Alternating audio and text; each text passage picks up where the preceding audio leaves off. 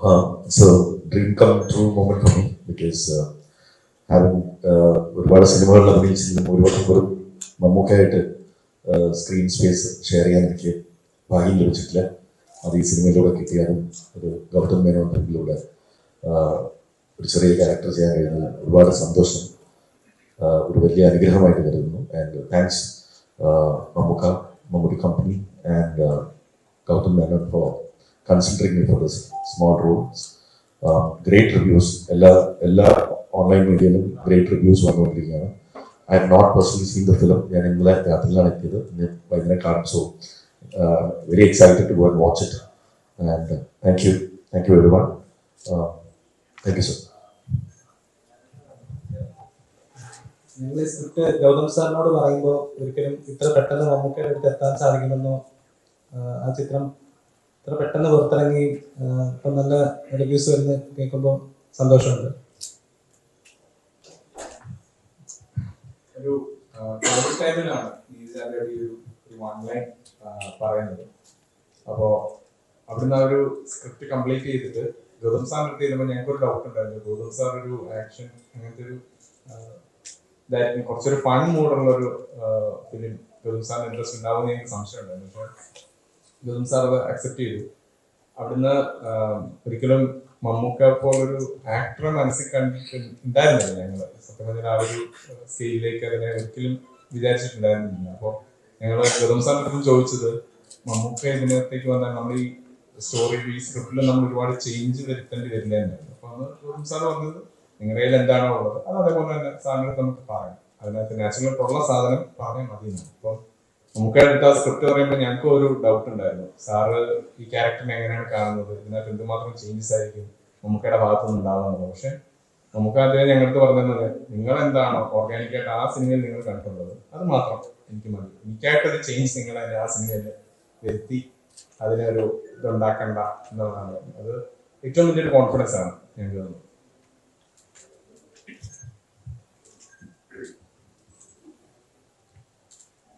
എല്ലാവർക്കും നമസ്കാരം. ഭയങ്കര സന്തോഷമുണ്ട് ഈ ഒരു അസോസിയേഷൻ്റെ പാർട്ടാണ്. ഞാൻ ഏറ്റവും കൂടുതൽ അഡ്മയർ ചെയ്യുന്നതും റെസ്പെക്ട് ചെയ്യുന്ന ഒരു ആക്ടറാണ്, ഒരു പേഴ്സണാണ് മമ്മൂക്ക. അപ്പോൾ മമ്മൂക്കയുടെ കൂടെ മമ്മൂട്ടി കമ്പനി പ്രൊഡക്ഷൻസിൽ വരുന്ന ഡോമിനിക് എന്ന് പറയുന്ന ഫിലിമിൻ്റെ ഒരു പാർട്ടാവാൻ സാധിച്ചതിൽ വളരെയധികം സന്തോഷമുണ്ട്. ഓൾസോ ഗൗതം സാറിൻ്റെ കൂടെ എനിക്ക് വർക്ക് ചെയ്യാൻ പറ്റി. അപ്പോൾ ഈ ഒരു വലിയൊരു പ്രോജക്റ്റ് ഇന്നലെ തൊട്ട് നല്ല റിവ്യൂസാണ് നമ്മൾ എല്ലാവരും കേൾക്കുന്നത്. അപ്പോൾ ഭയങ്കര വലിയ സന്തോഷമാണ് ഈ ഒരു മൂവിയുടെ പാർട്ടാവാൻ സാധിച്ചത്. So thank you Mammukka, thank you Gautham sir, thank you Mammootty company productions ഈ ഒരു ഓപ്പർച്യൂണിറ്റി തന്നെ. Thank you. Hello everybody. എൻ്റെ ആദ്യത്തെ സിനിമയാണ് അത്. ഗൗതം സാറിൻ്റെ മമ്മൂട്ടി സാറിൻ്റെ ചെയ്യാൻ പറ്റിയത് ഭയങ്കര സന്തോഷം.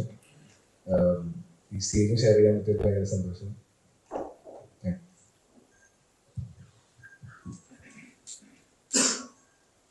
നമസ്കാരം. നമുക്ക്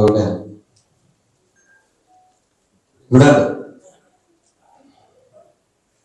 ആദ്യം വളരെയധികം സന്തോഷം. 2025 സൂപ്പർ സിനിമ എന്ന മമ്മൂട്ടി കമ്പനിക്കും ഈ ടീമിനും ഹൃദയത്തിന്റെ ഭാഷയിൽ സന്തോഷം പങ്കുവയ്ക്കുകയാണ്. നമുക്ക് ഡൊമിനിക് എന്നൊരു സിനിമ ഇന്നലെ കണ്ടിരുന്നു, വളരെ ഇഷ്ടപ്പെട്ടിരുന്നു.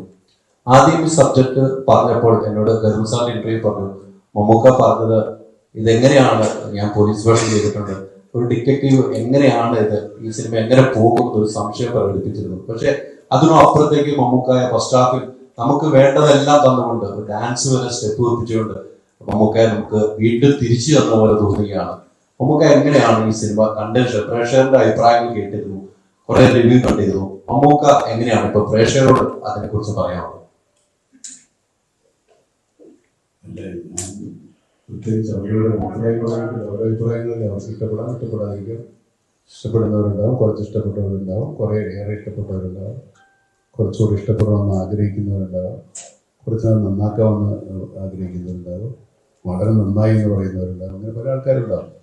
അവരെടുത്തിപ്പോൾ ഞാൻ അങ്ങോട്ടൊന്നും പറയാനില്ല, അവർ പറയുന്നത് കേൾക്കുക എന്നുള്ളതാണ്. ഈ സിനിമയെ സംബന്ധിച്ചിടത്തോളം ഈ പറയുന്ന ഒരു സോക്കോട്ട് ഹീറോ ക്യാരക്ടറല്ല നമ്മൾ ചെയ്യുന്നത്. ഒന്നാമത് ഇയാൾ റിട്ടയർഡ് പോലീസ് ഓഫീസറാണ്, റിട്ടയർഡല്ല, എന്താ പറയുക, പിരിച്ചുവിടപ്പെട്ട ഒരാളാണ്. അപ്പോൾ അയാൾക്ക് അതിൻ്റെതായ ബുദ്ധിമുട്ടുണ്ട്. പിന്നെ അയാളുടെ ഫാമിലി, അയാളുടെ പേഴ്സണൽ പ്രോബ്ലംസ്, അയാളൊരു ഡയബറ്റിക് പേഷ്യൻ്റാണ്. അപ്പോൾ ഈ ഫൈറ്റും കുസ്തിയൊക്കെ നമുക്ക് എല്ലാ ഹീറോയും ഒരേപോലെ ഫൈറ്റ് ചെയ്യണമെന്ന് പറയരുത്. എല്ലാ കഥാപാത്രങ്ങളും കുസ്തിക്കാരല്ല. ഇതിനകത്ത് ഡൊമിനിക് അങ്ങനെ ഒരു കുസ്തിക്കാരൊന്നുമില്ല. അയാളെ തൽക്കാലത്തേക്ക് ഒരു എന്താ പറയുക, ഒരു ജീവരക്ഷാർത്ഥമുള്ള ഫൈറ്റുകളൊക്കെ ഉണ്ടാവുള്ളൂ. അതുകൊണ്ടാണ് ഈ പടത്തിൽ ഫൈറ്റുകളൊക്കെ വളരെ ക്രിസ്പായിട്ടുള്ളത്. അല്ലെങ്കിൽ ഒരു 100 പേരൊക്കെ ഇടിച്ച് വീഴ്ത്തുന്ന അയ്യന്മാരുണ്ടെന്നുള്ളൂ. ഞാൻ ചെയ്തിട്ടില്ലെന്നില്ല. പക്ഷെ ഇത് അങ്ങനത്തെ ഒരു കഥാപാത്രമല്ല. കുറച്ചുകൂടി റിയലിസ്റ്റിക് ആയിട്ട് കുറച്ചുകൂടി റൂട്ടഡ് ആകാൻ വേണ്ടിയാണ് കഥാപാത്രം അങ്ങനെ പറഞ്ഞത്. സാറ് പറഞ്ഞ് നമുക്ക് വേണം കുറച്ചുകൂടെ കൂട്ടാം, കുറച്ചുകൂടെ സ്വാഗ് ഉണ്ടാക്കാൻ. അത് കണ്ടല്ലോ, നമ്മൾ സ്വാഗത പാടുകളുണ്ടാവില്ലേ. അപ്പോൾ അത് വ്യത്യസ്തമായ കഥാപാത്രം ആയിക്കോട്ടെ, ഒരു സാധാരണ മനുഷ്യനായിക്കോട്ടെ, സാധാരണ മനുഷ്യനെ കൊണ്ടാവുന്നതൊക്കെ ചെയ്യുന്ന ഒരാളായിക്കോട്ടെ എന്ന് വിചാരിച്ചിട്ടാണ് അങ്ങനെ. അപ്പോൾ അത് സ്വീകരിക്കപ്പെടുക എന്ന് പറയുന്നത് വലിയ കാര്യമാണ്. നമ്മുടെ സിനിമ പ്രേക്ഷകരുടെ സിനിമാബോധങ്ങളുടെ വളർച്ചയാണ് അത് കാണിക്കുന്നത്. കാരണം ഇങ്ങനെയുള്ളൊരു കഥാപാത്രത്തെ നായകനായി കാണാനും അങ്ങനെയുള്ള ഒരു ഇൻവെസ്റ്റിഗേഷൻ ത്രില്ലറിൽ അങ്ങനെ ഉള്ള സീനുകളും അങ്ങനെയുള്ള ആശയങ്ങളും ഉൾക്കൊള്ളാൻ അവർക്ക് സാധിക്കുന്നു എന്നത് വലിയ കാര്യമാണ്. വെൽക്കം. അതോടൊപ്പം തന്നെയാണ് ഈ ഫസ്റ്റ് ഹാഫിൽ നമ്മൾ കാണുന്ന മമ്മൂക്കാനോട് ഡാൻസ് സ്റ്റെപ്പ് ചെയ്യിപ്പിച്ചിട്ടുണ്ട്. ഡാൻസ് പൊതുവെ മമ്മൂക്ക ചെയ്യില്ല എന്നാണ് ഗൗതം സാർ എന്നോട് പറഞ്ഞിട്ടുള്ളത്. പക്ഷെ അത് ചെയ്യാം. പക്ഷെ അത് ഗംഭീരമായിട്ട് ചെയ്തിട്ടുണ്ടെന്നാണ് നമുക്ക് ചെറിയ സ്റ്റെപ്പുകളാണെങ്കിലും പ്രഷർ നല്ലൊരു കയ്യടി മേടിച്ച സ്റ്റെപ്പുകളായിരുന്നു. അതെങ്ങനെയാണ് ഗൗതം സാർ പറഞ്ഞപ്പോൾ സാർ ആദ്യം വേണ്ട എന്ന് പറയുന്നു, മമ്മൂക്ക ആദ്യം വേണ്ടായിരുന്നു, പിന്നീട് അതിലേക്ക് മമ്മൂക്ക ഇൻവോൾവ് ആകുകയാണ് ചെയ്തത്? സ്വാഭാവികമായിട്ടും ഞാൻ ഈ ഡാൻസിനോട് അത്ര പരിചയമുള്ള ആളല്ല. ഞാൻ ഡാൻസൊന്നും പഠിച്ചിട്ടില്ല, മറ്റേ കലാമണ്ഡലത്തിൽ പഠിച്ചിട്ടില്ല. അതുകൊണ്ട് പൊതുവെ മടിയാണ്. പിന്നെ സാറ് പറഞ്ഞ് ധൈര്യം തന്നു. പിന്നെ എന്തു ആവട്ടെ അന്ന് പെട്ടുപോയില്ലാന്ന് വിചാരിച്ചാൽ ചെയ്തു പോയത്. അത് വളരെ അതിൻ്റെ 3 ഇരട്ടി ഉണ്ടായിരുന്നു. ഞാനന്ന് ഇറങ്ങി പുറകോട്ട് വന്നതാണ്. ഡാൻസ് മാസ്റ്ററൊക്കെ ഇറങ്ങി പിടിച്ചു. അതിപ്പോൾ എത്രത്തോളം മോശമായിട്ടുണ്ടോ അത്രത്തോളം ഉത്തരവാദിത്തം ഞാൻ ഏറ്റെടുക്കുന്നു. അതൊരു ഫാൻ ബോയ് മൂവ്മെന്റ് ആയിട്ട് പ്ലസ് പടത്തൊരു ഡയലോഗ് ഉണ്ട്, ഡാൻസ് എന്ന് പറഞ്ഞ ഒരു വീക്ക്നെസ് ആണ് സാർ ഡോമിനിക്കായിട്ട് പറഞ്ഞത്. അപ്പോൾ ഇത് വേണമെന്ന് ഞാൻ ഭയങ്കര ഒരു ഡാൻസ് കാണാൻ വേണ്ടി അത്ര ഇഷ്ടമുള്ള സിനിമ ഇതെല്ലാം നമുക്ക് ഇഷ്ടമുള്ളതുണ്ട്. അതേ ഉള്ളൂ. നമ്മളെല്ലാവരും ഡാൻസ് കളിക്കും. ഈ കുറെ വർഷം മുമ്പ് ഒരു കഥ പറയാൻ വന്നിട്ടുണ്ടല്ലോ. അപ്പോ നമുക്ക് ഇപ്പൊ നറേറ്റ് ചെന്നപ്പോഴും അതെവിടെയാണ് ആദ്യം ചോദിച്ചാൽ കേട്ടെ. ശരിക്കും ആ ടൈമിൽ കേട്ട കഥ എന്തായിരുന്നു? ആ കഥ ഇതുപോലൊരു പോലീസ് ഓഫീസറുടെ കഥയാണ്. ഇതുപോലെ റിട്ടയർഡ് പോലീസ് ഓഫീസറാണ്. ഇതല്ല കഥ. അതൊരു സീരിയൽ കില്ലറിന്റെ കണ്ടുപിടിക്കുന്ന ഒരു കഥയാണ്. നല്ല രസമുള്ള കഥയായിരുന്നു. അന്നൊരു 10-20 വർഷമായിരുന്നു അല്ലേ, 2005. 20 വർഷം കിട്ടി. അത് അനുഭവപ്പെടുത്തിയ കഥ ഒന്നുന്ന കഥയാണ്. പുള്ളി പക്ഷേ കഥ പറഞ്ഞ് ഞാൻ കുറച്ച് ആവേശഭരിതനായിട്ട് പിന്നെ പുള്ളി ആ ഭാഗത്തേക്ക് വന്നിട്ടില്ല. പിന്നെ ഇവിടെയാണ് പോകുന്നത്. നല്ല കഥയാണ്. പക്ഷെ അത് റിട്ടയർഡ് പോലീസ് ഓഫീസറാണ്. റിട്ടയർഡല്ലേ, സസ്പെൻഡാണ്. Retiring police. അന്നേ റിട്ടയർമെന്റ് ആണ്. ഇപ്പൊ ഇനിയിപ്പോ പുള്ളി അത് തെരഞ്ഞെടുത്ത് വേറെ കഥകളുണ്ടല്ലോ, അതൊക്കെയൊന്നും പറ്റുമല്ലോ. അതുകൊണ്ടാണ് ഇന്നോട് പോയത് തിരിച്ചു വിളിപ്പിച്ചത്. ഞാൻ തിരിച്ചു വിളിച്ചിട്ടില്ല. പുള്ളി പോയിട്ടില്ല. എന്റെ പുള്ളിയാണ് പുള്ളി പോയിട്ട് പുള്ളി തിരിച്ചു വന്നു. ഞാൻ പറഞ്ഞു വിട്ടെങ്കിലില്ല. നമുക്ക് അവിടെ പോയത് പെട്ടെന്ന് തിരിച്ചു വന്നത് കൊണ്ട് അപ്പൊ അത്രമാത്രം ഇഷ്ടപ്പെട്ടു കഥ എന്നാണ് മനസ്സിലായത്. കഥ നമുക്ക് ഇഷ്ടപ്പെടും. നമുക്ക് മാത്രമാണല്ലോ ഇഷ്ടപ്പെടുന്നത്. ബാക്കിയുള്ളവർ കണ്ടു കഴിഞ്ഞിട്ട് അവരുടെ ഇഷ്ടം നമ്മൾ സിനിമ ആയതിനു ശേഷമാണ്. നമ്മൾ ആദ്യമായിട്ട് ഇംപ്രസ് ചെയ്തുകൊണ്ടാണ് നമ്മൾ എടുക്കുന്നത്. അത് ശരിയാവാൻ തെറ്റാണ്. ജീവൻ സാർ, അധികമൊന്നും നമുക്ക് ഉപയോഗിക്കാത്ത ഇന്നത്തെ കുറച്ച് ചെറിയ ചെറിയ എലമെന്റ്സ് കൂടി സിനിമയുടെ അകത്തും പോസ്റ്ററിലൊക്കെ ഉപയോഗിച്ചിട്ടുണ്ട്. അപ്പോൾ എല്ലാവർക്കും നന്ദിയുണ്ട് എന്ന് പറയുമ്പോൾ നമ്മളെല്ലാ കടയിലും കയറുമ്പോൾ കേൾക്കുന്നത് നമുക്കുള്ള ശബ്ദമാണ് പൈസ ക്രെഡിറ്റ് ആയതിനു ശേഷം. ആ നന്ദിയുണ്ട് എലമെന്റ് ആണ് പോസ്റ്ററിലടക്കം ഉപയോഗിച്ചിട്ടുള്ളത്. അപ്പം ഇതുവരെ അങ്ങനെ ആരും യൂസ് ചെയ്യാത്ത കുറെ കാര്യങ്ങൾ പടത്തിനകത്തുള്ളൂ നമുക്ക് ഇതുവരെ സിനിമയിൽ കാണുന്നത്. ഈ എലമെന്റ്സ് ഒക്കെ എങ്ങനെയാ പിക്ക് ചെയ്ത്, എന്തൊക്കെ സ്ക്രിപ്റ്റില് കൊണ്ടുപോയി വെക്കാം, ആ ഐഡിയ എങ്ങനെയാണ്? കുറേ ഡിസ്കസ് ചെയ്തു. ഇപ്പോൾ സാർ പറയുന്ന പോലെ നമ്മൾ കഥ പറഞ്ഞിട്ടും പ്ലസ് ഷൂട്ട് നടക്കുമ്പോൾ കുറേ നമ്മൾ സാറിൻ്റെ അടുത്ത് കുറേ വിഷയങ്ങൾ ചോദിക്കും. ഇനിയും കുറേ ഉണ്ടായിരുന്നു. പക്ഷേ ഒരു ലൈനിൽ ഒരു മീറ്റർ നമ്മൾ ക്രോസ് ചെയ്യേണ്ട മൈൻഡിലുണ്ടായിരുന്നു. നമ്മൾ ഈ പടം കാണുമ്പോൾ I think that is every actors what an actor brings to table. നമ്മളൊരു 10-15 സെക്കൻഡ്സിൽ മമ്മൂക്ക പറഞ്ഞിട്ട് നമ്മൾ ഡൊമിനിക്കിൻ്റെ ഉള്ളിൽ പോകും. And that was in that first scene itself, as I was directing also, I felt that I forgot Mammootty sir and I started believing that it was Dominic, and now how are we going to treat Dominic? So pop culture reference ആയിട്ട് നമ്മൾ കുറേ script ഉണ്ടായിരുന്നു. ഈ വാപ്പച്ചീസ് ലെഗസിയും ഈ നാസയ്ക്ക് വേണ്ടി software അങ്ങനത്തെ കുറേ വിഷയങ്ങൾ ഓൾറെഡി സ്റ്റോറി ഉണ്ടായിരുന്നു. റൈറ്റേഴ്സ് കൂട്ടി നമ്മുടെ കൂടെ ഉണ്ട്. അതുകൊണ്ട് കറക്ഷനൊക്കെ അത്യാവശ്യമൊക്കെ ചോദിച്ചു കഴിഞ്ഞാൽ ചെറുതായിട്ട് അവർ തരും. അത് നമുക്ക് നന്നാക്കാൻ അല്ലെങ്കിൽ ചെയ്തേക്കാം. നാസയെ കൊണ്ടല്ലോ ഓൾറെഡി, നാസ ഉണ്ട് ഓൾറെഡി. സോ അങ്ങനെ കുറേ ഡിസ്കസ് ചെയ്തിട്ട് we thought we'll keep a few things and we'll keep it on the meter also. സാറിലേക്ക് ഈ സിനിമ എത്തിയത് മഞ്ജു വാര്യർ ത്രൂ ആണെന്ന് എല്ലാ ഇന്റർവ്യൂസിലും പറഞ്ഞിട്ടുണ്ട്. അപ്പോൾ നമ്മൾ ഈ സിനിമ കാണുന്നതിന് മുമ്പും മഞ്ജു ചേച്ചിയുടെ ഒരു ക്യാമിയോ ഇതിൽ പ്രതീക്ഷിച്ചിട്ടുണ്ടായിരുന്നു, പക്ഷെ അത് സംഭവിച്ചില്ല. അപ്പം ഇനി മലയാളത്തിൽ 10 പടങ്ങൾ അല്ലെങ്കിൽ മമ്മൂക്കയ്ക്കൊപ്പം 10 പടങ്ങൾ ഉണ്ടാവും എന്ന് പറഞ്ഞു. എപ്പോഴെങ്കിലും മഞ്ജു ചേച്ചി ആയിട്ടുള്ളൊരു സിനിമ ഉണ്ടാവും. ഒപ്പം തന്നെ നമ്മൾ ഗൗതം സാറിൻ്റെ സിനിമകൾ പ്രണയമാണ് നമ്മൾ ഏറ്റവും കൂടുതൽ ആഗ്രഹിക്കുന്ന സാധനം. അപ്പം ഇതിൽ നോക്കിയപ്പം ഗോകുലിന്റെ ക്യാരക്ടറിൽ പ്രണയം ഉണ്ടാകുമെന്ന് വിചാരിച്ചു, അതും നടന്നില്ല. അപ്പൊ അടുത്തൊരു ലവ് സ്റ്റോറി മലയാളത്തിൽ ചെയ്യാം. ഹീറോ ഹീറോയിൻ പ്രേമിക്കുന്നത് നിങ്ങൾ മനസ്സിലാക്കി കണ്ടിരുന്നത്. അയാൾക്ക് എന്നോട് ഭയങ്കര ഇഷ്ടമുണ്ട്. മനസ്സിലായിട്ടില്ല, അത് പ്രണയമല്ലേ? മനസ്സിലായി, പക്ഷേ പ്രായമായതുകൊണ്ടാണ്. He was intrigued and distracted by Namita and Gokul ഒരു പട്ടീൻ്റെ മിസ്സിംഗ് കേസ് ആയിട്ട് പോയതാണ് സാർ അയച്ചു തന്നപ്പോൾ. But otherwise, see, every director has a journey, ഒരു വിഷൻ, we write. ഞാൻ തനിയാവർത്തനം കണ്ടപ്പോൾ I want to work with sir. അത് എൻ്റെ ഒരു ബിഗിനിങ് സ്റ്റേജസ് ആയിരുന്നു എൻ്റെ കരിയറിൽ. ഈ റൈറ്റിംഗ് സ്റ്റേജസും അമരം ഇങ്ങനത്തെ പടങ്ങൾ കാണുമ്പോൾ നമ്മൾ എഴുതുന്ന ഒരു കഥ this actor would beautifully bring it to screen and it would be an honor to work with him എന്ന് പറഞ്ഞിട്ട് ഒരു ജേർണി ആയിരുന്നു. ഒരു മൈൻഡിൽ but Malayalam it's still A little out of my reach. തമിഴിലെ സ്റ്റോറീസ്, തമിഴിലെ ആക്ടേഴ്സ്, അങ്ങനത്തെ ഒരു ഫ്ലോയിലായിരുന്നു. അപ്പോൾ ഞാൻ കഥ പറഞ്ഞിട്ട് അവിടെ പോയപ്പോൾ എനിക്ക് വേട്ടയുടെ വിളയാടും പിന്നെ പച്ചക്കിളി കുറിച്ചൊരു വാരണമായിരുന്നു, അച്ഛൻ മരിച്ചപ്പോൾ വാരണമായിരുന്ന കഥ, അങ്ങനെ ഒരു ജേർണി ആയിരുന്നു. Not that I didn't want to come back, but somewhere എനിക്ക് ഈ കഥ കേട്ടപ്പോൾ and especially sir പറഞ്ഞ പോലെ Dominic was definitely different from sir. Sir has done Turbo where he's done a lot more action and all that. Recently I'm saying Kannur Squad also, but Dominic is very different within that space. Dominic is a loser. Yeah, first sir he's a loser. He's a bum. His wife is divorced from him and ഒരു detective ആണെന്ന് പറഞ്ഞിട്ട് case എടുക്കുന്നത് blackmailing ചെയ്യുന്ന ഒരു കേസാണ്. So all that I liked as a character, and he also grabbed that. He said this character is nice. He can be in any story. The next story, whether it's a film or not, could be Dominic and the pen. Dominic and the person missing from the ship. I'm just saying, Madhuri's son Vivek was gone missing 25 years ago. That could be the next story that he invested. I'm just saying. So I liked it as a character, and I thought that should be in the film. And ആ ജേർണിയിൽ ഞാൻ പറഞ്ഞത് ഇപ്പോൾ സാറിൻ്റെ കൂടെ work ചെയ്തപ്പോൾ ഒരു 45 days shoot കഴിഞ്ഞിട്ട് എനിക്ക് ഫസ്റ്റ് വന്ന feeling any script that I have I should bring it to him. Because sir likes it or not I should bring it to him. അതുകൊണ്ടാണ് ഞാൻ പറഞ്ഞത് അറ്റ്ലീസ്റ്റ് ഒരു 10 films more I want to work and learn being in the space of somebody like him. ഈ 10 സിനിമയുടെ കാര്യമാണ് കേരളം മൊത്തം ചർച്ച ചെയ്യപ്പെട്ടിട്ടുണ്ട്. അതിഭാവത്വം പറഞ്ഞാണ് ഞാൻ ശരിക്കും പറഞ്ഞാണ് സർ, അവരോട് എക്സാജറേറ്റ് അതാണ് സത്യം. മമ്മൂക്കായി ഉൾക്കൊണ്ടിട്ടുണ്ടെന്നാണ് എനിക്ക് തോന്നുന്നത്. And Manju introduced me to Dr. Neeraj. അത് മഞ്ജു ആക്ട് ചെയ്ത് ഞാൻ ഡയറക്ട് ചെയ്യാൻ നീരജ് ഒരു സ്റ്റോറി പറഞ്ഞു എൻ്റെ അടുത്ത്. That didn't take off immediately. But I kept in touch with Dr. Neeraj and I kept asking him what else do you have എന്ന് പറഞ്ഞപ്പോൾ ഈ ഡോമിനിക് ആൻഡ് ഒരു പേഴ്സിൻ്റെ ഒരു മിസ്സിംഗ് പേഴ്സ് അതെടുത്തിട്ട് ഒരു സ്റ്റോറി ഉണ്ടെന്ന് പറഞ്ഞപ്പോൾ I grabbed it. അത് അങ്ങനെയാണ് നടന്നത്. 10 സിനിമയിൽ അടുത്ത് വരുന്ന ഡൊമിനിക് പാർട്ട് 2 ആയിരിക്കും.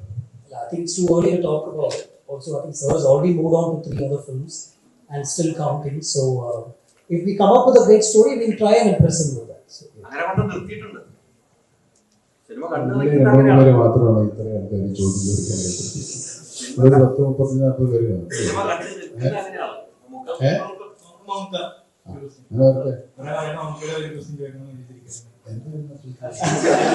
മമ്മൂട്ടി കമ്പനി ആ ഒരു പ്രൊഡക്ഷൻ ഹൗസ് വന്നതിന് ശേഷം ഓരോ സിനിമകളും നോക്കിക്കഴിഞ്ഞാൽ ഒന്നിലൊന്ന് വ്യത്യസ്തവുമാണ്. അതേപോലെ സിനിമ ആരാധകർ ഇഷ്ടപ്പെടുന്ന തരത്തിലുള്ള സിനിമകളാണ്. സോ മമ്മൂട്ടി കമ്പനി എന്ന പേര് മലയാള സിനിമയിൽ എന്നും നിലനിൽക്കണം എന്ന് ആഗ്രഹിക്കുന്ന ഒരു വ്യക്തി എന്നുള്ള നിലയ്ക്ക് ചോദിക്കുകയാണ്. മമ്മൂക്ക അഭിനയിക്കാത്ത അല്ലെങ്കിൽ തീർച്ചയായിട്ടും ഞാൻ സിനിമ പ്രൊഡ്യൂസ് ചെയ്യുന്നുണ്ട്. അതെ പിന്നെ തീർച്ചയായിട്ടും അതേപോലെ ഈ സിനിമ ബാക്കപ്പ് ചെയ്യാതെ നമുക്ക് തന്നെയാണ് വിളിച്ച് ഗൗതം സാറിനോട് പറയുന്നത് പറഞ്ഞിട്ടുണ്ട്. അപ്പോൾ ബാക്കപ്പ് ചെയ്യാൻ തോന്നിയ ആ ഒരു മൂവ്മെന്റ് എപ്പോഴായിരുന്നു? അല്ല, അതല്ല, നമ്മൾ സിനിമകൾ ചെയ്യുന്നു, പിന്നെ ഒരു പ്രൊഡ്യൂസറെ കണ്ടുപിടിക്കേണ്ട കാര്യം ബുദ്ധിമുട്ടിക്കേണ്ട ഉള്ളൂ. നമ്മൾ ഏതായാലും ഇവിടെ വീട്ടിൽ നടന്നിരിപ്പുണ്ടല്ലോ, അപ്പം നമുക്ക് തന്നെ സംസാരിക്കാം. അല്ലാതെ നമ്മുടെ ആ സിനിമ പിടിച്ചെടുത്തൊന്നുമില്ല. പുള്ളി ഒരു പ്രൊഡ്യൂസറെ കൊണ്ടുവരേണ്ട സമയം വേണ്ട, നമുക്ക് തുടങ്ങാം. നമുക്ക് പ്രൊഡക്ഷൻ ഹൗസ് ഉണ്ടല്ലോ, അത്രേ ഉള്ളൂ. നമുക്ക് വേറെ പ്രത്യേകിച്ച് കാരണങ്ങളൊന്നുമില്ല. നമ്മളില്ലാത്ത പടങ്ങളും ഉള്ള പടങ്ങളും ചെറിയ റോഡൊക്കെ വരും, നമ്മൾക്കുണ്ടാവുന്ന പോലെ വരും. സിനിമ ഇറങ്ങി ഇതിന്റെ കുറെ റിവ്യൂസ് വന്നു. അപ്പൊ റിവ്യൂസിലൊക്കെ എടുത്തു പറയുന്നത് എന്താ മമ്മൂക്കയും ഗോകുലേട്ടനും തമ്മിലുള്ള ഒരു കോമ്പിനേഷൻ ഭയങ്കരമായിട്ട് വർക്കായിട്ടുണ്ടെന്നാണ്. ഇപ്പൊ സുരേഷേട്ടന്റെ മകനാണ്, പണ്ട് മുതലേ കാണുന്ന ഒരാളും കൂടാണ്. ഇപ്പൊ സിനിമയിൽ ഇൻസ്ക്രീൻ വരുമ്പം അതെങ്ങനെയുണ്ട് അഭിനയിക്കാൻ? ഖത്തറില്ല. അത് ഗോകുലിന് ആദ്യം നമ്മുടെ ഇപ്പൊ അവന്റെ ഫാദറിന്റെ കുണിക്കാണ്. അപ്പോൾ സ്വാഭാവികമായിട്ടും ആ ഒരു ഫാദറിന്റെ റെസ്പെക്ട് ഉണ്ടാവുന്നുണ്ട്. അത് സിനിമയെ കാണരുതെന്ന് ഞാൻ പറഞ്ഞു. സെറ്റിലൊക്കെ വരുമ്പോൾ അങ്ങനെയാണ് സാർ, കാണുമ്പോൾ എഴുന്നേക്ക് അങ്ങനത്തെ പരിപാടിയൊക്കെ ഉണ്ട്. അതൊന്നും ഒന്നും ചെയ്യില്ല, സാധാരണ നീ പെരുമാറുന്നത്. സിനിമയിൽ നമ്മൾ വന്ന് വല്ല ഒരു സീനിയറും അസിസ്റ്റന്റും തമ്മിലുള്ള ബന്ധം ഉണ്ടാവുള്ളൂ. ഈ എല്ലാം മമ്മൂക്കായിട്ടോ മമ്മൂട്ടി ചേട്ടനോ മമ്മൂട്ടി സാറായിട്ടോ ഒന്നും കാണും. അത് മാത്രമേ ഞാൻ പറഞ്ഞു. പക്ഷേ ഈ പ്ലേറ്റ് വെരി വെൽ അല്ലേ, നല്ല കോമ്പിനേഷൻ ആയിരുന്നു. ഒരു ബുദ്ധിമുട്ട് നമുക്ക് ഉണ്ടായിട്ടില്ല. അത് ആ എക്സൈറ്റ്മെന്റ് ഉണ്ട് ശരിക്കും ഗൗതമൻ നമ്മളോട് അഭിനയിക്കുമ്പോൾ. അത് ആ സിനിമയിലുണ്ട്. അതാണ് ആ സിനിമയുടെ കഥാപാത്രം അത്രയും വളരെ സ്വീറ്റായ ഗൗതമൻ. അല്ലേ,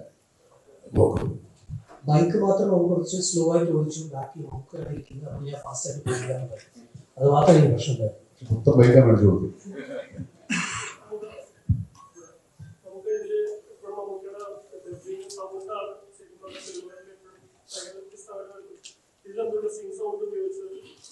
ഈ സിനിമയല്ല നിങ്ങൾ കണ്ട കഴിഞ്ഞ ഒരു 10 സിനിമകളിൽ സിൻസ് ഉണ്ട്. ഈ സിനിമയിൽ മാത്രമല്ല സിൻസ് ഉണ്ട്. ഇന്ത്യ എടുത്ത് പറഞ്ഞതാണ്. കഴിഞ്ഞ സിനിമകളിലൊക്കെ സിൻസ് ഉണ്ട്. സിൻസ് ഉണ്ടെന്ന് പറയുന്ന ഒരു വേറെ രീതിയൊന്നുമല്ല, ലോകത്തെല്ലായിടത്തും വളരെ പ്രചാരമായി കാലാകാലങ്ങളായിട്ടുള്ളത്. നമ്മുടെ സിനിമകളിൽ ഈ ഡബ്ബിംഗ് പ്രസ്ഥാനം വരുന്നതിന് മുമ്പും സിൻസ് സൗണ്ട് ആയിരുന്നു. മറ്റേ മിച്ചൽ ക്യാമറയൊക്കെ സൗണ്ട് ഇല്ലാത്ത ക്യാമറയാണ്. അപ്പോൾ അവിടെ റെക്കോർഡ് ചെയ്യാനായിട്ട് വേറൊരു മെഷീൻ കൂടെ ഉണ്ടാകും. സ്റ്റാർട്ട് ക്യാമറ ആക്ഷൻ സൗണ്ട് ഡയറക്ടറാണ് ആദ്യം സ്റ്റാർട്ട് പറയുന്നത്. അപ്പോൾ അത് പിന്നീടത് അതൊക്കെ വലിയ കഥയാണ്. നമുക്ക് ഈ ഫോണിൽ സിനിമ എടുത്തിട്ടുള്ള ആൾക്കാർക്ക് അത് മനസ്സിലാവില്ല. അതെ,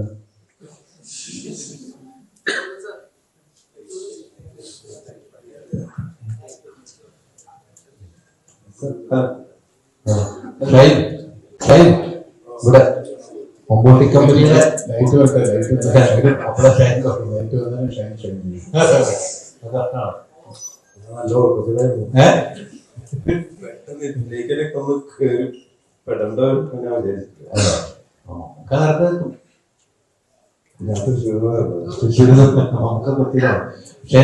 മമ്മൂട്ടി കമ്പനിയുടെ ഭാഗമാണ് എന്നും.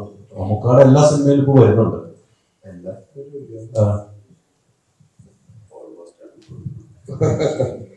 ഈ സിനിമയില് ഒരു സീനാണെങ്കിലും ഗംഭീരമായിട്ട് അത് പെർഫോമൻസ് ചെയ്തിട്ടുണ്ട്. ഓട്ടത്തിലാണെങ്കിലും ഡയലോഗ് പറഞ്ഞുകൊണ്ട് ഓടുന്നു. എല്ലാം മമ്മൂക്കായുമായിട്ട് ഇത്രയും അടുത്ത് നിൽക്കുന്നത് എങ്ങനെയാണ്? സിനിമ എന്ന് പറഞ്ഞു കഴിഞ്ഞാൽ ഞാൻ ലാലേട്ടന്റെ പടങ്ങൾ കണ്ടിട്ട് ഇഷ്ടപ്പെട്ടിട്ടാണ് വന്നെങ്കിലും ഞാൻ കൂടുതൽ വർക്ക് ചെയ്തിട്ടുള്ളത് മമ്മൂക്കയുടെ പടങ്ങളിലൂടെയാണ്. അതുപോലെ തന്നെ ലാലേട്ടനോടുള്ള ഇഷ്ടം അതുപോലെ നിൽക്കുന്നുണ്ടെങ്കിലും മമ്മൂക്കാനെ കണ്ടതിന് ശേഷം മമ്മൂക്കാനോടാണ് കൂടുതൽ ഇഷ്ടം.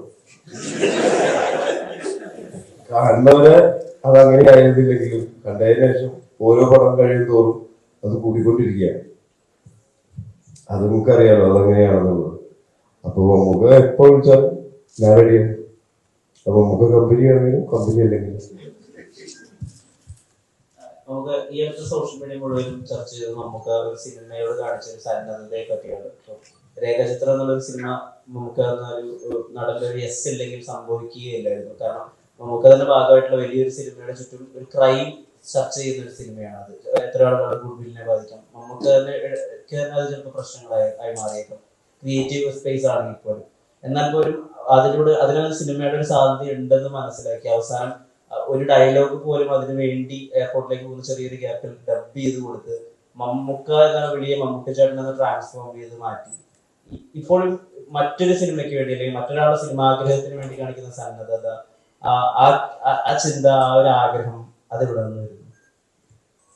അത് ആ സിനിമയുടെ കഥയിൽ, സത്യസന്ധമായ കഥയിൽ ഞാനുണ്ട്. അപ്പോൾ അതിനോട് ഞാൻ മാറി നിന്ന് കഴിഞ്ഞാൽ ആ സിനിമ ആവില്ല. ഈ മമ്മൂട്ടി ചേട്ടൻ എന്ന് പറയുന്നതൊക്കെ എൻ്റെ സ്വന്തം അനുഭവങ്ങളാണ്. മമ്മൂട്ടി ചേട്ടാന്ന് പറഞ്ഞിട്ട് കത്തെഴുതിയത് ഞാൻ പറഞ്ഞില്ല, അതാന്ന് പറഞ്ഞിട്ടുണ്ട്. അപ്പോൾ അതിന് സ്വാഭാവികമായിട്ട് നമ്മളല്ലെങ്കിൽ പിന്നെ അവർക്കത് എടുക്കാൻ പറ്റാത്ത ബ്രില്യൻ തോട്ടാണ്. അങ്ങനെ ഇല്ലാത്ത, അതായത് ഈ പാരലൽ ഹിസ്റ്ററിയിൽ നമുക്ക് സിനിമകളൊന്നും ഉണ്ടായിട്ടില്ല. അപ്പോൾ അത് അങ്ങനെയൊക്കെ കാര്യങ്ങളൊക്കെ എന്തെങ്കിലും ചെയ്യുമ്പോൾ നമ്മുടെ കൂടെ നിൽക്കണ്ടേ, അത്രയും ചെയ്തിട്ടില്ല.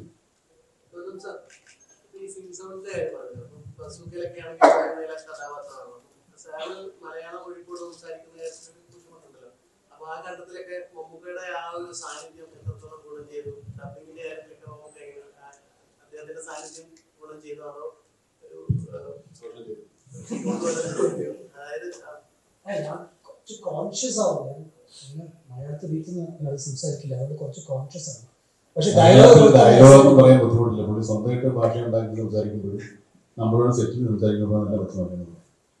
നിങ്ങൾ ഇത്രയും പേരും കൂടെ ഭയങ്കര മലയാളിക്കാരാണെന്ന് എനിക്ക് പഠിച്ചിട്ട് ഞാൻ സാറിന്റെ ഡയലോഗ്സ് ഒക്കെ സ്പോട്ടിൽ മലയാളത്തിലാണ് പറഞ്ഞത്. ആൻഡ് ബസൂക്കയിൽ എനിക്കൊരു നല്ല എക്സ്പീരിയൻസ്, അതിന് മുമ്പ് ഞാൻ ട്രാൻസ് ചെയ്തു, അതും ലൈഫ് സോങ് ആയിരുന്നു, സിംഗ് സോങ് ആയിരുന്നു. ഇതിൽ സാറിൻ്റെ കൂടെ ആക്ട് ചെയ്യുമ്പോൾ കുറച്ചൊരു നർവസ് ഉണ്ടായിരുന്നു. പക്ഷേ അവർ no problem do it like this. And ഈ ഇങ്ങനെ സംസാരിക്കുമ്പോൾ ഈ ഒബ്ജക്ട്സിൻ്റെ സൗണ്ട്സ് വരാൻ പാടില്ല, അങ്ങനെ ഒരു ചെറിയൊരു അഡ്വൈസ് സാർ ഫസ്റ്റ് തന്നെ എനിക്ക് കൊടുത്തു. And it was easy to act with sir. Dialogues കൊടുത്താൽ ഞാൻ ഏത് ലാംഗ്വേജിൽ ഞാൻ പറയും, അത് കുഴപ്പമില്ല. എൻ്റെ അനുഭവത്തിൽ ഞാൻ ആദ്യമായിട്ട് സിംഗ് സൗണ്ട് ചെയ്യുന്ന ഒരു പടം കണ്ടുകൊണ്ടേയും എന്ന് പറയുന്ന തമിഴ് പടം. പക്ഷെ അതിനകത്ത് മുഴുവനായിട്ടില്ല, ഒരു 40% ഉണ്ട്. ആ സിംഗ് സൗണ്ടിൻ്റെ സൗണ്ടാണ് സിനിമയുള്ളത്. നല്ല സിനിമയാണ്, എൻ്റെ ഗുണവും. ഇവിടെ കഴിഞ്ഞ ഒരു 2 വർഷത്തെ എല്ലാ മെഗാ റൗണ്ട് ടേബിളുകളിലും എല്ലാ സിനിമാ ചർച്ചകളിലും എല്ലാവരും നോക്കുന്നത് മമ്മൂക്ക അല്ലെങ്കിൽ മമ്മൂട്ടിയുടെ ഫിലിമോഗ്രഫി എന്നുള്ള ഒരു കോൺസെപ്റ്റിലാണ്. ശരിക്കും ഇന്ത്യ മൊത്തം ഇത്രയും ചർച്ച ചെയ്യുമ്പോൾ ശരിക്കും എന്താ മമ്മൂക്കിക്ക് കിട്ടുന്ന ഒരു പേഴ്സണൽ മോട്ടിവേഷൻ ഉണ്ടല്ലോ, ഇനിയും കുറച്ചുകൂടി ഡിഫറെന്റ് ആയിട്ട് ചെയ്യാം എന്നുള്ള ഈ ചർച്ചകളൊക്കെ മമ്മൂക്ക എത്രത്തോളം അറിഞ്ഞിരുന്നു എന്നുള്ളതൊന്നും അറിയുന്നത്. ചർച്ചകളോടെ ഇവിടെ കാണുന്നുണ്ട്. നിങ്ങൾ പറഞ്ഞ ചോദ്യത്തിൽ തന്നെ ഉത്തരവുണ്ട്. ഇനി എന്ത് ചെയ്യണം, ഇത്ര നമ്മുടെ വലിയ ഉത്തരവാദിത്തമുണ്ട്. വളരെ അവിടെ ഇന്ത്യ കുറഞ്ഞപക്ഷം ഇന്ത്യ മുഴുവൻ ശ്രദ്ധിക്കുന്നു, ഇന്ത്യയിൽ സിനിമാ പ്രവർത്തകർ ശ്രദ്ധിക്കുന്നു എന്ന് പറയുമ്പോൾ സ്വാഭാവികമായിട്ടും നമ്മുടെ ഉത്തരവാദിത്തങ്ങൾ കൂടുകയും നമ്മൾ കുറച്ചുകൂടെ മുന്നൊരുക്കങ്ങൾ ചെയ്യേണ്ടിയിരിക്കുന്നു.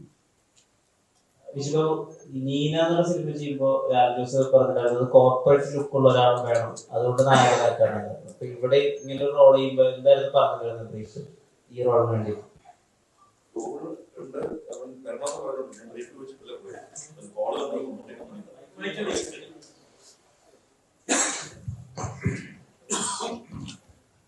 ഹലോ, കോൾ എന്നത് മമ്മൂട്ടി കമ്പനിന്നാണ്. നമ്മൾ ഏറ്റവും കൂടുതൽ ആഗ്രഹിച്ചിരുന്ന ഒരു കോളാണ്. പിന്നെ അത് ഗൗതം മേനോൻ ഫിലിം എന്ന് പറയുമ്പോൾ തന്നെ ക്യാരക്ടർ ചോദിച്ചിട്ടല്ല പോയത്. ആക്ച്വലി ഞാൻ ചെന്ന് ഇരുന്ന ദിവസം കാരോളിൽ വെച്ചാണ് ബ്രീഫ് ചെയ്യുന്നത്. അപ്പോഴാണ് എനിക്ക് ക്യാരക്ടർ അറിയാവുന്നത്. I know Gautham sir personally before, but not work together. അപ്പൊ അന്ന് കാരോളിൽ വെച്ചാണ് ക്യാരക്ടർ വരുന്നത്. അപ്പൊ തന്നെ അതിലേക്ക് നല്ലത് ക്യാരക്ടർ കേട്ട് മനസ്സിലാക്കി പോയ ഒരു കോളല്ല അത്.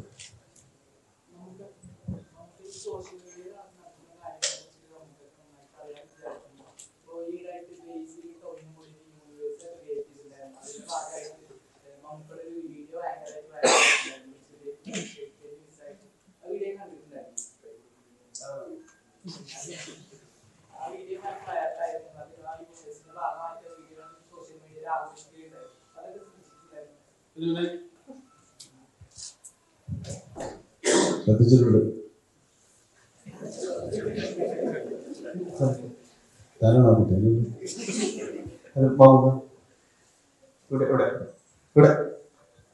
ഇൻസെപ്ഷൻ എന്ന മൂവിയില് എന്റെ ക്ലൈമാക്സ് സീനില് മൈറ്റി കിങ് എന്ന ആക്ടർ ക്രിസ്റ്റഫർ നോളനോട് ചോദിച്ചു, ഈ ലാസ്റ്റ് ക്ലൈമാക്സ് സീൻ റിയൽ ആണോ അതോ ഡ്രീം ആണോ എന്ന് ചോദിച്ചു.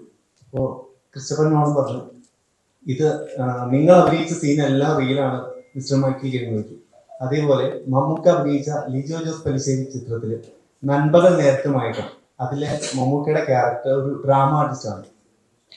അദ്ദേഹം ഒരു ഡ്രാമ കളിച്ചാണെന്ന് പറയുന്ന ഒരു വിഭാഗമുണ്ട്, കൂടാതെ ഒരു മൾട്ടിപ്പിൾ പേഴ്സണാലിറ്റി ഡിസോർഡർ ആണെന്ന് പറയുന്ന ഒരു വിഭാഗമുണ്ട്, കൂടാതെ തമിഴന്റെ ആത്മാവ് കയറി കൂടിയാകുന്ന ഒരു വിഭാഗം പറയുന്നത്. അതല്ലാതെ വേറെ പറയുന്ന ഒരു വിഭാഗക്കാരുണ്ട്. ഇതിലെ മമ്മൂക്ക എന്നൊരു സിനിമാ പ്രേമി ആ സിനിമ കണ്ടതിന് ശേഷം ലിജോയോട് ചോദിച്ചിട്ടുണ്ടോ ഇത് ഏതാണ് ലിജോ എന്റെ ട്രാക്ക്, അല്ലെങ്കിൽ ആ ക്യാരക്ടർ ട്രാക്ക് ഏതാണെന്ന് ചോദിക്കേണ്ടി വന്നിട്ടുണ്ടോ? ചോദിച്ചിട്ടില്ല. ലിജോ സാറ് ഒരു ഉത്തരം ഓഡിയൻസ് അല്ലെങ്കിൽ പ്രേക്ഷകർക്ക് കൊടുത്തിട്ടില്ല. അതുകൊണ്ടാണ് മമ്മൂക്കടി ചോദിക്കുന്നത്. നിങ്ങളോട് പറഞ്ഞില്ല, പുള്ളി എന്നോട് പറഞ്ഞു. അതങ്ങനെ ഒരു സിനിമയായിട്ട് തന്നെ കാണണം. നമ്മുടെ ഒരു എന്താ പറയുക, ആ സിനിമ മലയാള സിനിമയ്ക്കൊരു മുതൽക്കൂട്ടായിട്ടുള്ള സിനിമയാണ്. നിങ്ങളുടെ സിനിമ മലയാളത്തിൽ മാത്രമേ വരും. ഇവിടെ ക്രിസ്റ്റഫർ നോളനൊന്നും ഇല്ലല്ലോ. നമ്മുടെ ആൾക്കാർ ചെറിയ ചെറിയ ഭാഗമാണ്. എന്നാലും മമ്മൂക്ക പ്രൊഡ്യൂസർ കൂടിയാണല്ലോ. അപ്പോ നമുക്ക് ഓൾറെഡി ഒരു സംശയം ചോദിക്കൂലോ. സത്യം പറയാൻ ഞാൻ ചോദിച്ചില്ല. സാർ ചെയ്യുന്ന എല്ലാ പടങ്ങളിലും എപ്പോഴും ഒരു യുണീക്ക് ആയിട്ട് സാറിന്റെ പ്രസൻസ് ഉണ്ടാകും. സാർ എൻജോയ് ചെയ്യുന്ന ഒരു മൊമെന്റ്സ് നമ്മൾ സ്ക്രീനിൽ കാണാൻ ഡൊമിനിക്കിൽ അങ്ങനെ മൊമെന്റ് ഏതായിരുന്നു? ഞാൻ എൻജോയ് ചെയ്ത സാർ ചെയ്യുന്ന ഒരു ചെറിയൊരു പ്രസൻസ് അവിടെ ഉണ്ടാവും. വന്നു പോകുന്ന ഒരു മൊമെന്റ് ആയിരിക്കാം. സാറ് എൻജോയ് ചെയ്ത മൊമെന്റ് ആയിരിക്കും. അല്ല, അത് ഫസ്റ്റ് ഞാൻ ഈ പ്രോപ്പറായിട്ട് ആക്ടിങ് അതിന് മുമ്പ് ഞാൻ ചെറിയൊരു എന്തെങ്കിലും ഒരു ഹീറോയുടെ പിന്നിലോ അല്ലെങ്കിൽ എന്തെങ്കിലും ചെയ്യും. അതൊരു സെലിബ്രേഷൻ ആയിട്ട് ചെയ്യുന്നതാണ്.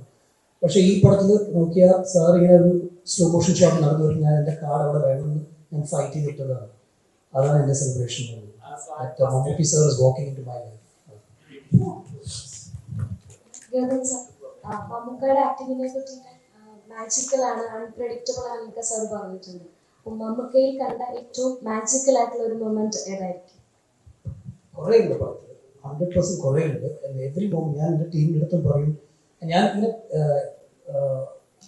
കോൺഷ്യസ്ലി ഞാൻ കുറേ എക്സ്പ്രസ് ചെയ്തിട്ടില്ല. ബിക്കോസ് എന്ത് എക്സ്പ്രസ് ചെയ്താലും സാർ സൂപ്പർ സപ്പോർട്ടിങ് പറഞ്ഞ സാർ ജസ്റ്റ് ചിരിച്ചിട്ട് പോകും. So I kept all that to myself and we discussed extensively. ഈ സാർ ചെയ്തത് നമ്മൾ എഴുതാൻ പറ്റില്ല. ഇത് നമ്മൾ ഡയലോഗായിട്ട് നമ്മൾ പ്ലാൻ ചെയ്തിട്ട് സ്ക്രീൻ പ്ലേ ആയിട്ട് നമ്മൾ ഉള്ളിൽ വരുമ്പോൾ ഇങ്ങനെ ചെയ്യും നമ്മൾ പ്ലാൻ, അത് നമുക്ക് ഒരു എക്സ്പെക്ട് ചെയ്യാനേ പറ്റില്ല. ഒരു ചെറിയ എക്സാമ്പിൾ, അത് കണ്ടില്ലേ പോലീസ് അടിയും ബ്ലോക്കും. അത് ഞാൻ എൻ്റെ ഒരു സപ്പോർട്ടിങ് ആക്ടറായിട്ട് ഞാൻ ചെയ്യുമ്പോൾ കണ്ടില്ലേ പോലീസ് അടിയും ബ്ലോക്കും ഞാൻ അങ്ങനെ ചെയ്തിരിക്കും. സാർ ചെയ്യുന്നത് അത് വേറെ. നിങ്ങൾ പടം കണ്ടാൽ നമുക്ക് മനസ്സിലാവും ഞാൻ പറയുന്നത്. കണ്ടില്ലേ ആ പോലീസ് അടിയും ആ ബ്ലോക്കും ഫോർ വന്നിട്ട് I think minutes understand talking about. അത് നമ്മൾ പ്രെഡിക്റ്റ് ചെയ്യാനേ പറ്റില്ല. So I enjoy every moment. I look forward to the next day shoot. I did not let him go in 45 days actually.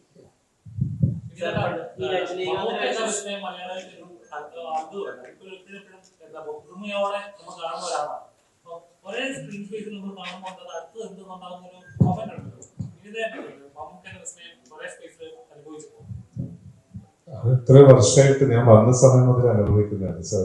Very very ഇത്ര എളുപ്പം ഞാൻ പറഞ്ഞ് തിരിച്ചു വന്നിട്ടില്ല. അത് അതായത് മെസ്മറൈസ്ഡ് ആയിട്ട് ഓരോ പ്രാവശ്യം അത് ഞാൻ മാത്രമല്ല, എൻ്റെ കൂടെയുള്ള എല്ലാ ആക്ടേഴ്സും ഇതിനാണ് ഷെയർ ചെയ്യുക. ഈ പടത്തിലും അതേപോലെ ഇപ്പൊ ഞാൻ ബാബുട്ടി ചെയ്യുമ്പോഴും നമുക്കൊരു ഒരു പ്രിപ്പറേഷൻ, അദ്ദേഹം ആ ക്യാരക്ടറായിട്ട് ട്രാൻസ്ഫോം ചെയ്യുന്നത് അതിനങ്ങനെ ഒരു this is my humble observation as an actor. Just വളരെ നാച്ചുറലായിട്ട് അദ്ദേഹം അത് കൊണ്ടുവരുന്നു ആ പെർഫോമൻസിൽ. അത് ഈ പടത്തിലും എനിക്ക് ഇന്റൻസ് ആയ 2-3 സീക്വൻസസ് ഉണ്ട്. വളരെ എൻജോയ് ചെയ്തിട്ട് ഞാൻ മോർ ദൻ ആ scene I was enjoy Mammookka's performance and learning from that. Like how Gautham sir said, ആ ഇന്റർപ്രിറ്റേഷൻസ് ഒക്കെ sparks of brilliance that all actors should observe. അത് ഈ പടം കാണുമ്പോൾ നമുക്ക് മനസ്സിലാവും. ഡയലോഗ് റെൻഡിഷൻ ആയാലും അതുപോലെ ബോഡി ലാംഗ്വേജ് ആയാലും ആ ക്യാരക്ടർ അത്. And when in the whole when you see that film, that is when you just are character Dominic's കൂടെ you just travel with all these different characters. That is the power of Mammootka. So അത് ഒരു ഭാഗ്യമാണ്. നമ്മളെപ്പോലത്തെ ആൾക്കാർക്ക് അങ്ങനെ screen space share ചെയ്യാൻ അദ്ദേഹത്തിനെ observe ചെയ്യാൻ. So definitely thanks to Almighty, അങ്ങനെ ഒരു ബ്ലെസ്സിങ്.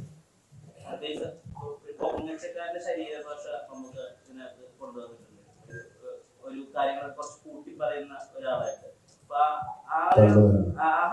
ബോഡി ലാംഗ്വേജ് കൊണ്ട് നടക്കുന്ന ഡൊമിനിക്കായിട്ട് ക്യാരക്ടറായിട്ട് അങ്ങനെ കൊണ്ട് നടക്കുന്നത് ഒബ്സർവ് ചെയ്യുന്നത് എത്രമാത്രം ഫണ്ണായിരുന്നു? എനിക്ക് അങ്ങനെ തോന്നിയിട്ടില്ല. എനിക്ക് ഭയങ്കര ലവബിൾ ആയിട്ടാണ് തോന്നുന്നത്.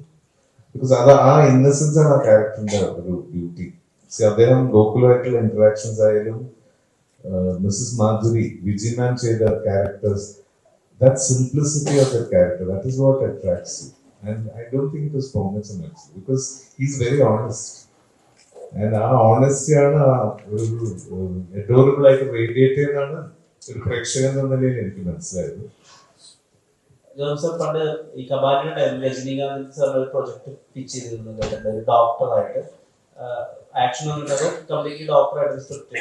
അത് പിന്നെ അതേപോലെ നടന്നിട്ടില്ലെങ്കിൽ ഞാൻ അമിതാഭ് സാറായിട്ടോ അല്ലെങ്കിൽ ആ സ്റ്റേജ് ഷോയിലുള്ള വേറെ ഒരു ആക്ടറായിട്ട് മമ്മൂക്ക സാറായിട്ട് ചെയ്യുന്നത് വേഗമായിട്ട് അറിഞ്ഞിരുന്നു. ആക്ച്വലി ആ സ്ക്രിപ്റ്റ് ഇപ്പോഴും ഉണ്ടോ? എല്ലാ സ്ക്രിപ്റ്റും ഉണ്ട്, യെസ്. പക്ഷേ I believe in destiny, I believe in time. You have to be in the right place at the right time. അപ്പോൾ അത് നടക്കും. So it's all there. At some point it will find its light, it will find its space. നായികയുടെ അടുത്താണ് മമ്മൂക്കായുമായിട്ട് dialogue പറയുമ്പോൾ പല ആളുകൾക്കും ഭയമുണ്ട്. പക്ഷെ മമ്മൂക്കായുമായിട്ട് ഏറ്റുമുട്ടിയപ്പോൾ ആ സമയം എങ്ങനെയായിരുന്നു ഓർത്തെടുക്കാം?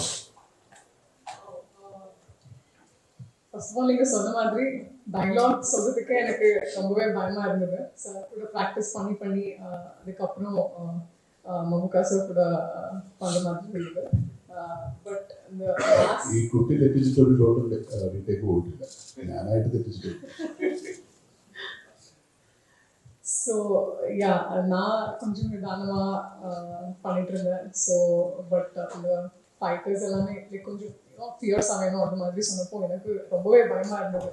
நான் எப்படி அவங்கள அப்படி இது பண்ண முடியும்னு சொல்லிட்டு. ஸோ அதில் என்ன கொஞ்சம் காமாக அந்த ஸ்பேஸில் நீ பண்ணு பரவாயில்ல பார்த்துக்கலாம்னு சொல்லி பண்ணாங்க. ஜோக் கூட பண்ணாங்க, இது ரொம்பவே வலிக்குதுன்னு சொல்லிட்டு ஜோக் எல்லாம் பண்ணாங்க.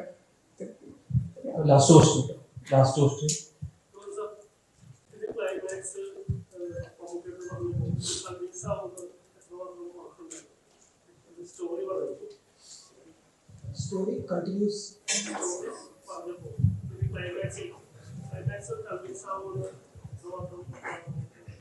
എനിക്ക് തോന്നുന്നു ഒരു ഡൗട്ട് ഉണ്ടായിരുന്നില്ല. നമ്മൾ പറഞ്ഞപ്പോൾ sir I think took some 5 minutes to respond to the climax. And then ഒരു ചെറിയ 2-3 ഡൗട്ട് ചോദിച്ചു, ഇതെങ്ങനെയാ അതെങ്ങനെയാ 2-3 കണക്ഷൻ സീൻസ് ആയിട്ട് ഡൗട്ട് ചോദിച്ചു. And then he said, I like it, we'll do it. And then we left that meeting. Next day he said, I'm producing the film, we have to start immediately. So and ഇത് shoot ചെയ്യുമ്പോൾ നമ്മളൊരു almost 3/4 പടം shoot ചെയ്തിട്ടാണ് ഈ climax shoot ചെയ്തത്. Last അല്ല, almost ഒരു middle 3/4 ഈ ഷൂട്ട് ചെയ്തത്. അപ്പോൾ കുറേ ഡിസ്കഷൻസ് നമ്മൾ എടുത്തു, ഇതാണ് നമ്മൾ പോകുന്നത് അല്ലെങ്കിൽ വേറെ എന്തെങ്കിലും ഓപ്ഷൻസ് നമ്മൾ വെക്കണം പറഞ്ഞു. Sir let's go with this. എല്ലാം സാറിന് മുമ്പ് നമ്മൾ സീനായിട്ട് പറഞ്ഞപ്പോൾ will go with this, I go with your conviction എന്ന് പറഞ്ഞു. And we did it. അപ്പോൾ ഇത് ഇതേപ്പറ്റി പറഞ്ഞാൽ ഒരു സ്പോയിലർ ആയിരിക്കും, പക്ഷേ ആ scene between the two of them was handled so beautifully by both the actors. സാറിൻ്റെ ഒരു ലൈൻ ഉണ്ട്, ഒരു വോട്ടബിൾ വുമൺ, ആൻഡ് സാറിൻ്റെ പെർഫോമൻസിൽ ആ ഡൊമിനിക്കായിട്ട് ചെയ്ത ഒരു പെർഫോമൻസ് ഒരു ലൈൻ ഉണ്ട്. ആ ലൈൻ നമ്മൾ ക്രോസ് ചെയ്യാൻ പാടില്ല. ഒരു violence against women is not allowed ഒരു തോട്ട് മൈൻഡിൽ വെച്ചിട്ടാണ്, ബട്ട് ഈ ഷുഡ് ഓൾസോ സർവൈവ്.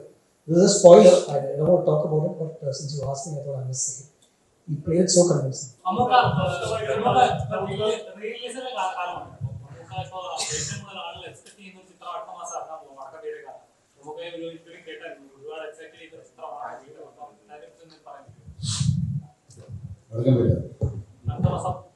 വടക്കം വിനോദ്